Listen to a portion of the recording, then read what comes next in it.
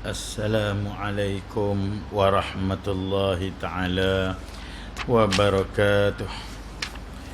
Innal hamdalillah nahmaduhu wa nasta'inuhu wa nastaghfiruh wa na'udzu billahi min syururi anfusina wa min sayyiati a'malina. Man yahdihillah fala mudhillalah wa man yudlil fala hadiyalah. Ashhadu an la ilaha illallah wahdahu la syarika lah wa ashhadu anna Muhammadan abduhu wa rasuluh.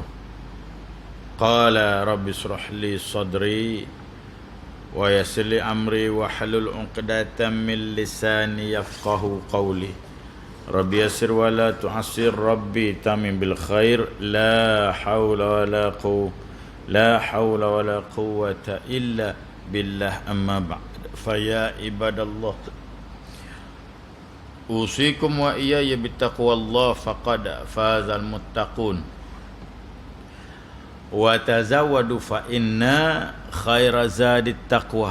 Seluruh muslimin muslimat yang dirahmati Allah Subhanahu wa taala, sama-sama kita merafa'kan setinggi-tinggi syukur kita pada Allah Subhanahu wa taala dengan sebenar-benar syukur.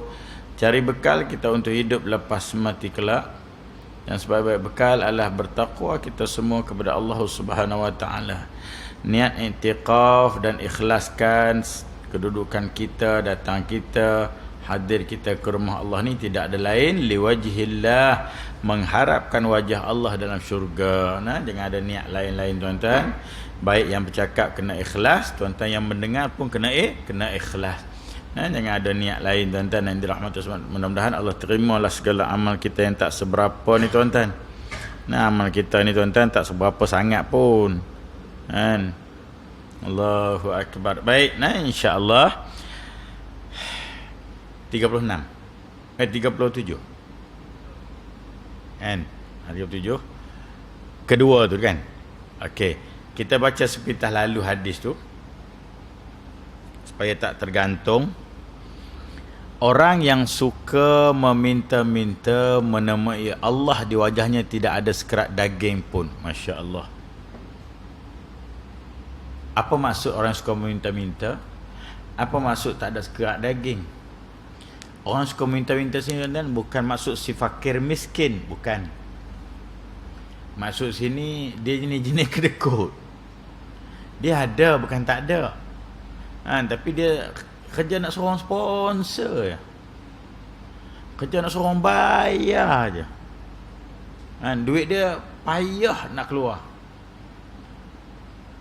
Sikit-sikit buat muka kesian, tolonglah bayar. Ada 50 ke, bayar dulu. Allah. Boleh faham ini maksud. Jadi bangun pada mahsyar tanpa sekerat daging pun pada wajah dia, tulang saja. Maksudnya apa dah? Buruk perangai dia di dunia, buruklah dia di mahsyar. Itu maksud dia. Atas dunia ni buruk dah perangai, bangun pada mahsyar lagi buruk rupa. Pada mahsyar tak ada perangai dah. Pada mahsyar akan keluar natijah pada perangai di dunia.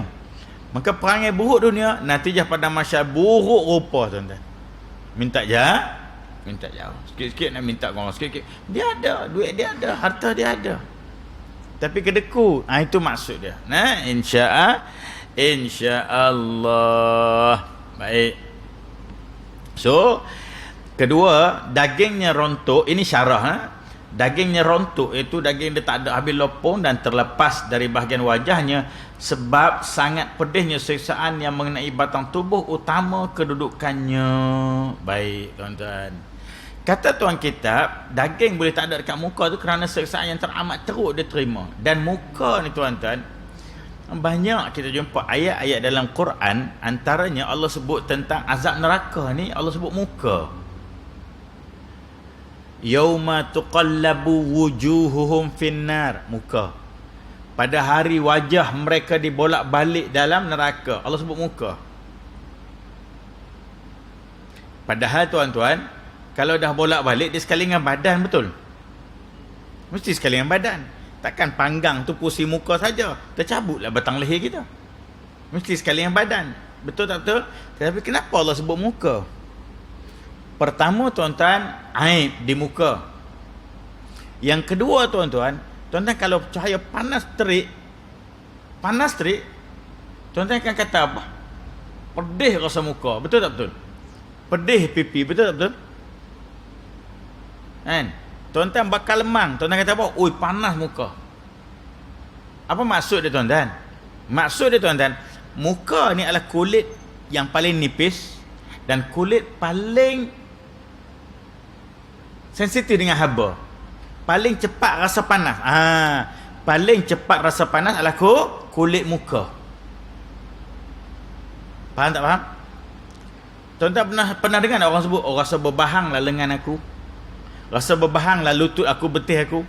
Tak ada kan? Rasa berbahang muka aku. Betul tak betul? Muka paling cepat kesan haba dan dia paling tak tahan haba. Dia rasa dulu dan dia paling tak tahan. So Allah kata tempat yang paling cepat rasa, so dia akan jadi maksimum dan dia paling tak tahan. Dia akan meraung semaksimum mungkin. Ini tuan-tuan, Masya Allah. Okay, sebabnya kerana ia sendiri yang merendahkan wajahnya untuk dikasihani dengan selalu meminta-minta. Sampai satu peringkat tuan-tuan, sampai minta maaf lah nak sebut, orang jadi tak suka kat dia. Tu datang tak ada lain tu nak kira pinjam duit tu. Usaha tak mau, ikhtiar tak mau, pinjam mudah-mudah. Ini orang jenis macam ni tuan-tuan. Satu lagi kerja malah. Kerja nak minta belas kasihan dengan orang je pun sama. Boleh faham tak? Ini tuan-tuan yang dirahmati Allah Subhanahu. Ataupun tuan-tuan, dia cukup-cukup makan tapi nak hidup macam orang lain mewah. Sama juga tuan-tuan. Nanti kita akan jumpa satu hadis tapi lambat lagi, muka surat berapa tengah-tengah tuan-tuan. Tuba liman hudiya lil Islam, kata Nabi sallallahu alaihi wasallam. Beruntunglah orang yang dapat hidayah Islam bila mana dia berlaku kesempitan hidup, lalu dia boleh sabar, dia boleh qanaah, dia boleh terima kesempitan hidup. Nabi kata taubat. Apa maksud taubat ni tuan-tuan? Taubat ni banyak ulama syarah. Dan Nabi sendiri sebut dia adalah salah satu pokok dalam syurga. Pokok dalam syurga, tuan-tuan jangan pandang pokok kayu kita. Nabi sebut pokok dalam syurga ni tuan-tuan, yang mana ahli syurga ambil kulit dia tu buat baju, buat pakaian. Tuan-tuan pun bayang, kulit pokok kelapa buat baju, uduh. Pokok mangga, pokok jambu, mana ada kulit pokok hari ni buat baju, betul tak betul? Memang tak cantik tuan-tuan. Tuan-tuan jangan bayang pokok syurga macam pokok atas dunia. Pokok syurga ni yang pertama, corak warna harum, lembut. Allahu Akbar. Memang indah. Atas dunia ni Allah buat bunga je cantik. Betul tak betul? Allah buat hanya bunga je cantik. Kita tengok bunga, kita terpegun. Anak baru ni terpegun sangat bila tengok bunga raya. Yang kelopak dia tu kan, bunga raya dia empat kelopak kan? 4 ke 5 bunga raya? Tak tahu. Tak patriotik betul tuan-tuan ni. Bunga kebangsaan. Siapa yang boleh jawab? 4 ke 5 kelopak? Ustaz pun sama lah, tanya kami, ustaz pun tak tahu. 5 kelopak. Bunga raya dia ada 5 kelopak. Dan bunga raya, itu anda tengok umur satu orang di Keramat AU. And then dia tanam, dia rumah teres je. Tapi dia bertanam dalam rumah dia tu cantik tuan-tuan. Anda kira bunga raya dekat rumah dia tu ada lebih kurang 5 warna. Kita selalu tengok bunga kertas kan. Bunga kertas banyak warna, ni bunga raya. Merah menyala macam biasa, pink, putih, oranye. Merah menyala, pink, putih, oranye. Satu lagi dia campur-campur nak pergi ke light purple macam tu lah. Lebih kurang 5 anak tu. Anak kata Datuk dia Datuk. Tapi Datuk low profile, jemaah masjid 5 waktu. Baguslah. Kan? Anda Datuk, macam mana Datuk buat ni? Kata saya pun tak tahu Ustaz. Orang rumah saya dengan saya punya pembantu rumah punya kerja dia tu. Kan? Kita tengok bau bunga je. Allah buat tu bunga je kita dah terleka, terpegun. Boleh faham tak? Baru ni nak pergi satu rumah, bunga raya dia color biasa, merah biasa. Tapi kelopak dia tu terpisah, kelopak dia koyak-koyak. Kan ada bunga raya yang kelopak dia asing-asing 5 tu, dia putus-putus, dia terpisah. Cantik lah. Memang cantik. Kamu tengok, Masya Allah, cantik bunga raya. Kan? Cantik kan? Allah buat atas dunia bunga saja kita dah terpegun. Itu maksudnya.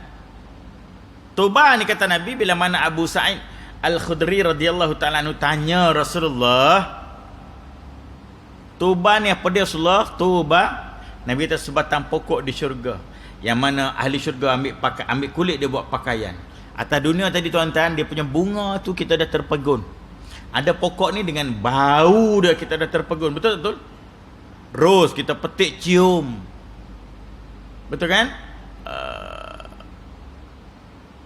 Apalah yang putih, cempaka. Cempaka kita petik. Rasa segar tuan-tuan. Cempaka ni rasa fresh. Bunga apa lagi tuan-tuan? Bunga cengkeh, betul eh? Ya, bunga cengkeh pun ya. Covid ni bunga cengkeh mahal tu. Tuan-tuan, dulu siapa pandang bunga cengkeh? Kaki gudang garam je tuan-tuan. Kan? Boleh hilangkan hidung tersumbat sesama dengan izin Allah. Atas dunia Allah buat bunga ni harum dia sekejap je. Tuan-tuan tahu tak? Kulit kayu manis. Kulit kayu manis tu tuan-tuan, dia memang betul kulit pokok. Dia kulit pokok. Di Sabah satu daerah nama dia. Apa dia tuan-tuan?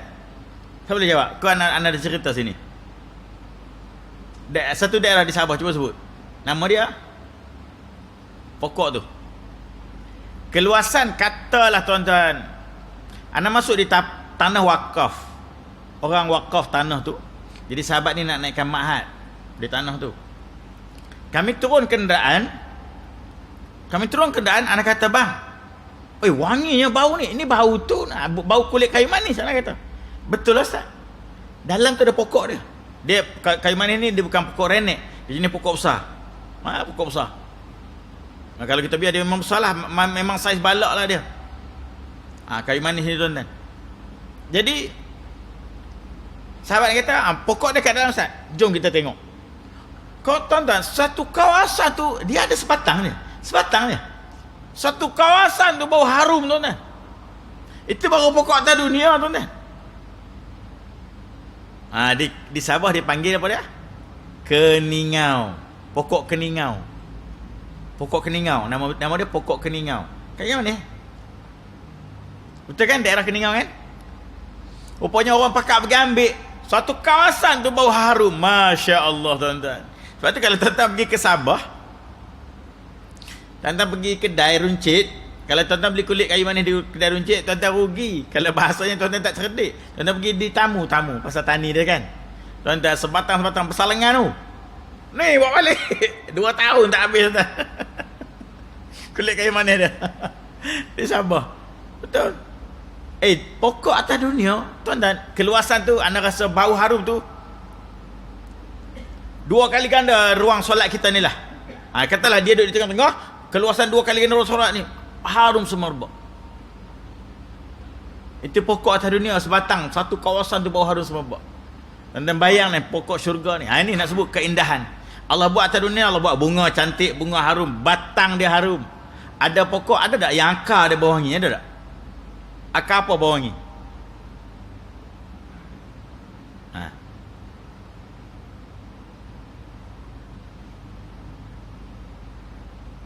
Siapa-siapa tahu?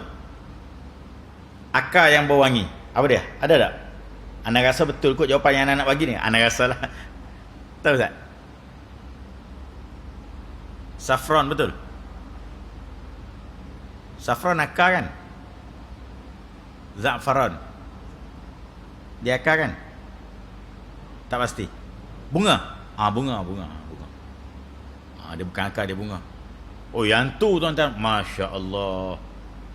Saffron ni tuan-tuan, khasiat dia tinggi, bau dia harum, rasa dia sedap. Tiga-tiga Allah letak kat dia sekali. Bau wangi, rasa dia sedap,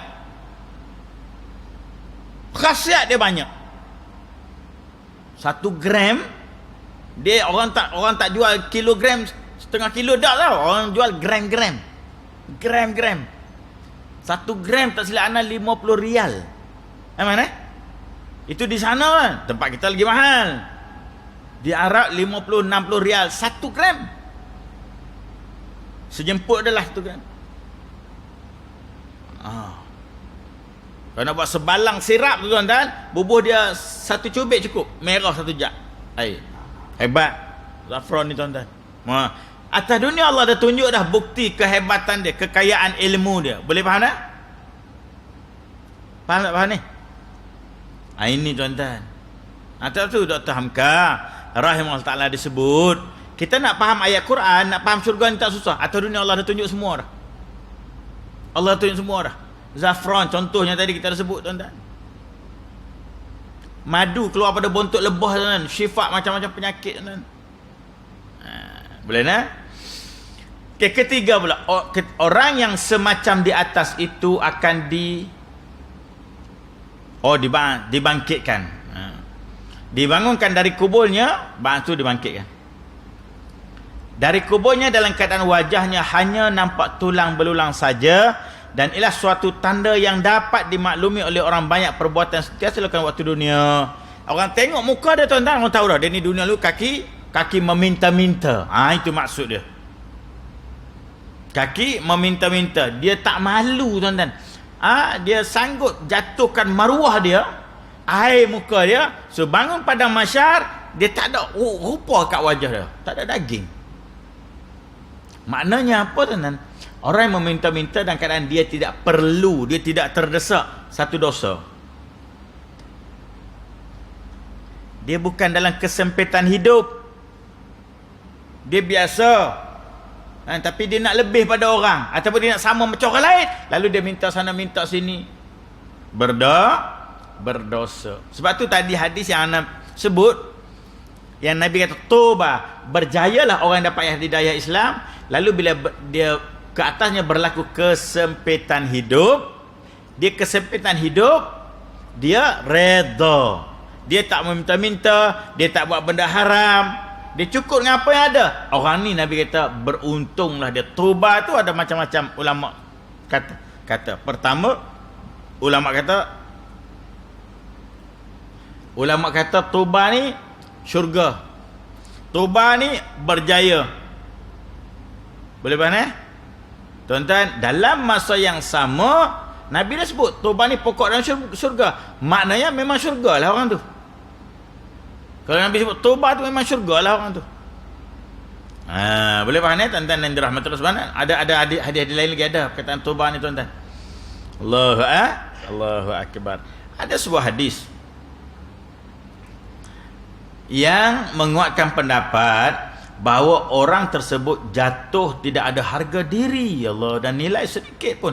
Menurut penafsiran pertama ialah hadis di bawah ini, la yazalu abdu yas'alu wa huwa yas'alu ala ghaniya hatta yakhlaqa wajhu fala yakunu lahu indallahi wajh.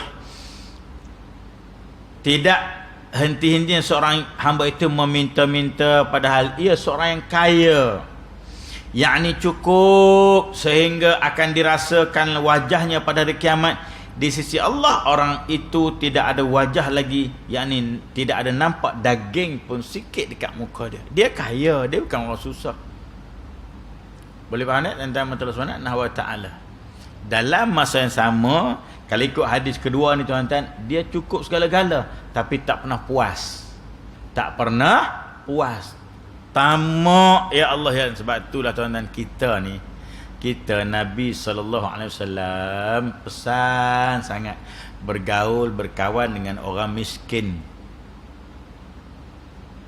dan cintai mereka, kata Nabi. Satu doa Nabi tinggal, subhanallah, Allahumma as'alka fi'lan khairat wa tarkan munkarat wa hubban masakin. Ya Allah Tuhan, aku minta tolong denganmu untuk aku ni suka buat benda baik, meninggalkan benda-benda buruk, dan mencintai orang-orang miskin. Ini doa Nabi ni. Tuan-tuan. Pertama Nabi kata apa? Ya Allah Tuhan, letakkan aku ni suka buat benda baik, menjauhi benda buruk, dan cinta orang miskin. Apa hikmah cinta orang miskin, tuan-tuan? Tuan-tuan, kita berkawan dengan orang miskin mendatangkan 1001 keinsafan. Kenapa nak sebut 1001? Macam-macam angle pergaulan kita dengan orang miskin boleh mentarbiah kita. Bukan dia didik kita, bukan dia nasihat kita. Pergaulan dengan si miskin tu. Boleh? Pergaulan dengan si miskin tu, tuan-tuan, menjadikan begitu. Ini, tuan-tuan, yang dirahmati Allah Subhanahu wa ta'ala. Apa benda, tuan-tuan? Pertama, insya-Allah kita akan selamat daripada sifat tamak. Nak tamak apa? Kawan tu susah, kita ada lebih pada dia. Maknanya kita dah rasa kita ni lebih pada dia, tuan-tuan. Tapi kalau berkawan dengan orang yang atas, yang lagi kaya, tamak satu bab, kita tak pernah rasa puas, tak pernah rasa cukup. Bila tak pernah rasa puas, tak pernah rasa cukup, tidak ada datang kesyukuran. Ini, tuan-tuan. Tapi kalau berkawan dengan si miskin, kita rasa aku lebih dah pada hang. Syukur, balik duduk dengan isteri, syukur layang. Tengok orang sebelah kita, tengok kawan kita, tengok orang kampung kita. Syukur Allah bagi kita macam ni. Boleh faham tak? Ini, tuan-tuan, ini hikmah. Ini hikmah. Dan dalam Allah Subhanahu wa ta'ala. Allahu akbar. Nan. Allah. Sebelah. Dalam sabda Nabi sallallahu alaihi wasallam. Okey, ada lagi. Kata-kata ma yazalu, yang artinya tidak henti-henti, dimaksudkan bahawa adanya ancaman tidak berdaging di dahinya, iaitu bagi orang yang sentiasa meminta-minta atau terus-menerus melakukan perbuatan itu, dan bukan hanya sewaktu-waktu atau kadang-kadang, tapi kerap. Maizalu ni manjang sehingga menimbulkan kebencian orang pada dia. Itu maksud tadi tu. Sampai orang jadi meluat, tuan-tuan. Orang suka berkawan jadi tak suka berkawan. Kedekut, kerja minta, kerja suruh belanja, kerja padahal dia boleh belanja orang. Dia bukan orang susah, bukan orang kesempitan hidup, tapi hidupnya suka minta sana minta sini, sponsor sana sponsor sini, suruh orang sponsor, orang belanja. Nak pergi mana-mana aja, jom hang bayar Allah. Alah hang belanja manjang dia bila. Ini maksud dia. Boleh faham tak? Okey, tanda mata sunnah. Sebab tu Nabi sebut mayazalu, tak berhenti-henti, dia duk minta kerja dia. Dia bukan waktu-waktu, bukan kadang-kadang, tapi selalu. Jumpa orang tu minta, jumpa orang ni minta. Allahu akbar. Juga tidak termasuk orang yang dalam keadaan terpaksa. Dia bukan orang terpaksa yang mesti meminta, atau orang yang benar-benar memerlukan pertolongan. Dia bukan terdesak, dia bukan kesempitan hidup. Terdesak lain. Orang kaya mungkin ada satu masa terdesak juga. Terdesak ni bukan hal keuangan saja. Terdesak nak minta pinjam kereta dia rosak, kereta dia rotek mati. Contoh, kereta dia 9 rotek mati. Pasal beli satu tarikh, contoh. Dia beli tarikh 22 bulan 2 tahun 22. Kan kecoh lah tarikh lawa, kan. Tak ada apa pun, kan. Tarikh lawa tak bangun subuh. Jahanam seperti juga. Betul tak? Dia sibuk tarikh lawa, tuan-tuan. Tudung tak pakai. Tak ada beza. Betul tak betul? Biar tarikh tak lawa pun tak apa, tuan-tuan. Solat lekat cukup. Okey, ni tarikh lawa, tuan-tuan. Tak pernah solat. Apa barang? Tak guna, mati 22 bulan 2 tahun 22. Oh, mak cantik tarikh dia mati. Tak semayang. Tak pasal. Malaikat tak peduli semua tu, tuan-tuan. Malaikat rentap nyawa sekali. Allahu akbar. Dan tuan-tuan baca kitab di balik tabir kematian Imam Ghazali. Masya-Allah, tabarakallah. Imam Ghazali kupas detail, tuan-tuan, saat nyawa nak keluar pada badan. Detail nyawa nak keluar pada badan. Macam-macam riwayat, macam-macam pendapat. Sampai ada satu nukilan dalam tu, anda sebut, ada satu nukilan dalam kitab tu, tuan-tuan. Dia kata apa? Kalau tanya orang yang sedang mati 50 tahun dulu, kalau boleh tanya orang yang dah mati 50 tahun dulu, dia kata sakit masa nyawa nak keluar, duk rasa lagi, dia kata. Allah. Tuan-tuan tanya isteri tuan-tuan bersalin, atas dunia ni sakit, paling teruk sakit bersalin lah kan. Kita tak nak rasa kan, sakit paling teruk sakit bersalin. 40 hari hilang sakit tak? Betul tak tu? Dia pun bagi salam kat tuan-tuan, Assalamualaikum bang, jeng. Hilang sakit dah tu, hilang sakit 40 hari hilang sakit. Yang ni tuan-tuan, Imam Ghazali kata, tanya orang dalam kubur, dia kata sakit dulu, sakaratul maut, aku nak mati 50, 60 tahun, 100 tahun, 200 tahun, masih aku rasa, dia kata. Ini bagi siapa? Bagi hamba yang asi, yang maksiat. Yang maksiat, dia duduk rasa lagi tuan-tuan. Uish, memang ngeri ya tuan-tuan, sakaratul maut memang ngeri. Kan? Baik. Jadi orang ni dia bukannya terdesak, dia bukannya kesempitan hidup, tapi jenis memang suka minta-minta orang. Dia nampak orang duk minum, dia main duduk sebelah, dia pun ada. Suka hati ya tuan-tuan. Faham tak apa? Ada tak macam ni? Ada. Ini Nabi sebut, orang yang tak tahu malu, orang yang menjatuhkan aib muka dia, maka pada mahsyar Allah tanggalkan semua daging pada wajah. Buruk perangai dunia, buruk bangkit dia di padang mahsyar. So ingat, kedekut, suka minta-minta adalah suatu dosa. Entah mata subhanahu wa ta'ala. Dalam hadis itu ada anjuran agar setiap orang dari kalangan kita itu selalu bersikap menahan diri dan tidak memperbundahkan kepada orang lain, dan inilah yang disebut sebagai ifah. Perhatikanlah isi hadis di bawah pula. Baik, tuan-tuan yang dirahmati Allah Subhanahu wa taala. Hadis yang kita baca muka surat 37, kata tuan kita almarhum Syekh Dr. Umar Hashim rahimahullah taala, dah mati dah. Sebelum Covid tu dia mati. Dalam 3 tahun gitu kot. Baru lagi mati tuan kita ni. Kan? Pakar hadis lah.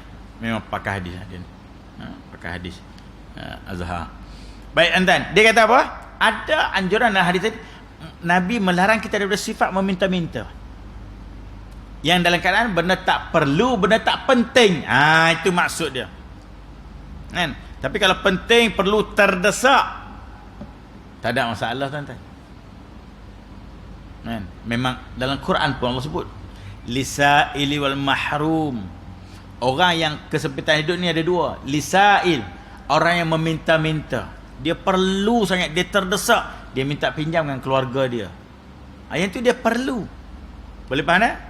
Wal mahrum, dia tahan diri dia tak minta. Dia terdesak, dia perlu, tapi dia malu nak minta dengan orang. Dia tahan, dia mengadu dengan Allah. Dua kategori. Dua-dua ni terdesak. Satu dia minta pun minta cara baik, minta nak pinjam, dia janji dia akan bayar balik. Ini yang dibenarkan. Dia memang terdesak. Boleh faham ni? Contohlah tuan-tuan, tiba-tiba dalam pandemik macam ni, keluarga meninggal, mak ke ayah dia meninggal kat kampung, dia pula berapa bulan dah tak kerja kan. Dia pun mai cerita kat kita jiran, paling dekat jiran, dia kata pinjam sejak 200-300 nak balik kampung, mak saya meninggal, baru tadi adik call, saya memang tak ada duit, berapa bulan dah tak kerja, InsyaAllah lepas ni jalan balik kerja, saya bukan kena buang. Contoh kan, saya bukan kena buang kerja, lepas ni saya kerja balik dengan syarikat sama gini, pinjam sejak dalam 300-400. Contoh tak? Boleh faham tak? Ini dia terdesak betul. Kita pun bagi. Dr. Hamka sebut tuan-tuan, dia minta pinjam, kita bagi free. Tuan-tuan, ini sifat orang yang wasari'u maghfiratun, termasuk orang yang meraih keampunan Allah dan keluasan syurga yang arduhas samawati wal ard. Dr. Hamka syarah ayat tu, Ali Imran tu 133 tu tuan-tuan. Kalau orang tu betul-betul terdesak, dia datang minta pinjam, kita bagi free tuan-tuan. Kata Dr. Hamka, kita adalah termasuk orang yang merebut syurga Allah. Oh, boleh Orang yang merebut syurga Allah. Bukan senang. Orang minta pinjam, kita bagi free.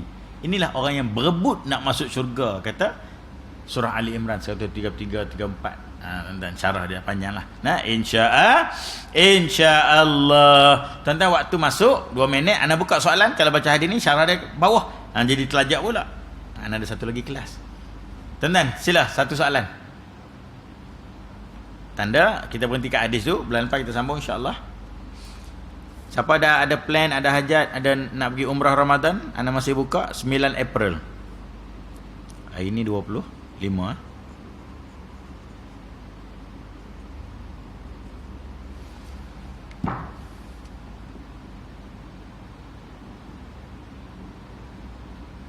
Okey, tuan-tuan ada soalan kat FB, ada soalan.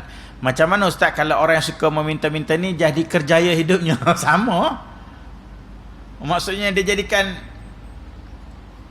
jalan mudah dia dapat rezeki. Kan? Sama. Nak kerja malah. Nak kerja malas. Sedangkan malas ni satu sifat yang keji dalam Islam, tuan-tuan. Malas bekerja adalah satu sifat yang keji dalam Islam. Hukum dia sama, maka dia akan bangkit pada masyarakat dan tidak ada sedikit daging pun pada wajah dia, insya-Allah. Kita ada tuan-tuan?